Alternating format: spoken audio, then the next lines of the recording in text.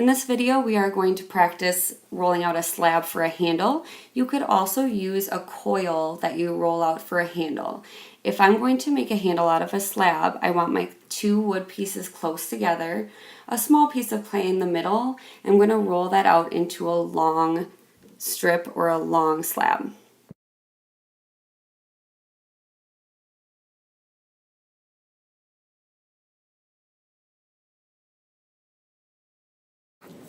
Next, I'm going to place the C template on top of my clay so that I can cut out a handle around this size. Now you can make yours a little larger, so that would be a little bit wider or even longer than this template.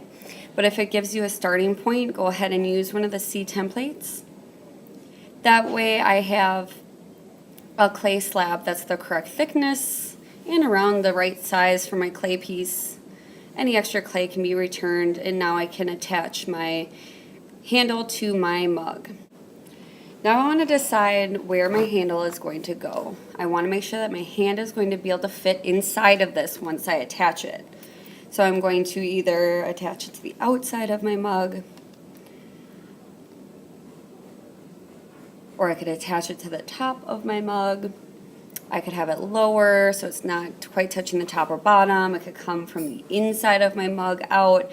There's a lot of different designs to handles. So what I want to decide first then is what kind of handle will I have? Is it going to maybe have a curved bottom so it's kind of forming into a spiral or a coil design? I would want to make sure that my hand could still fit within that.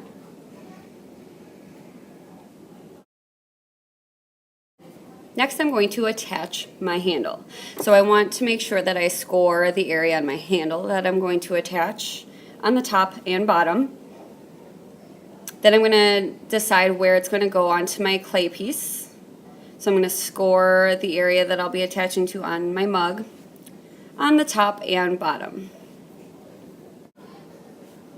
I want to make sure that my score marks are going to go straight up and down. So when I attach my handle is going straight up and down, and it wouldn't be going to the side or look crooked in the end.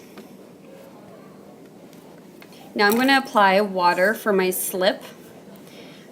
So I'm going to get both ends of the handle where I'm attaching it, and I'm going to push my handle onto my clay mug.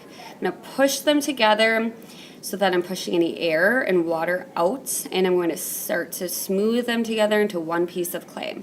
Now I want to be very careful that when I am pushing these two pieces together, I'm keeping my clay in a circle shape, and I am not going to thin out my clay. Everything should remain the same size and thickness as when I begin, and this takes some time and adjusting. I'm going to attach the top of my handle, top, sides, and bottom as much as I can right now. So I want to make sure it's a strong connection so that I can attach the bottom of my handle, and then I can always come back and continue to smooth them together. In the end, it should look like my handle forms to my mug to create one piece of clay. Once I have the top and bottom secured on my mug, I'm going to add a piece of damp paper towel to the inside of my handle for some support.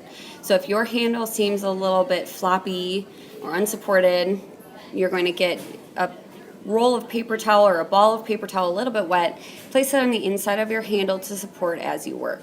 That way you can continue smoothing and making sure it's well connected, and then you can always take that out later to fix up any marks that it might make on your clay as you work. To make sure that my handle is really well connected, I can use a tool or I can use my hand to continue smoothing.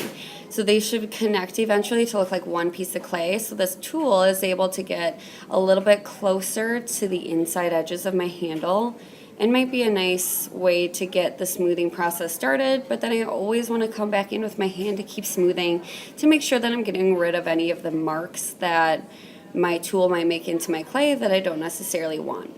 As you work, please make sure to keep your clay on your board as much as possible.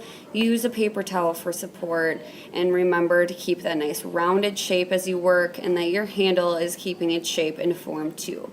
Your clay should not be getting too thin if you're following the correct steps. As you work on your handle, you might notice it dries out a little bit. As I continue to work, I add a little bit of water at a time so that my handle doesn't completely dry out and it's still workable, but it's going to start to get stronger as it dries a little. Now you're going to keep smoothing your handle from all sides until you feel like it is strongly attached and smooth everywhere.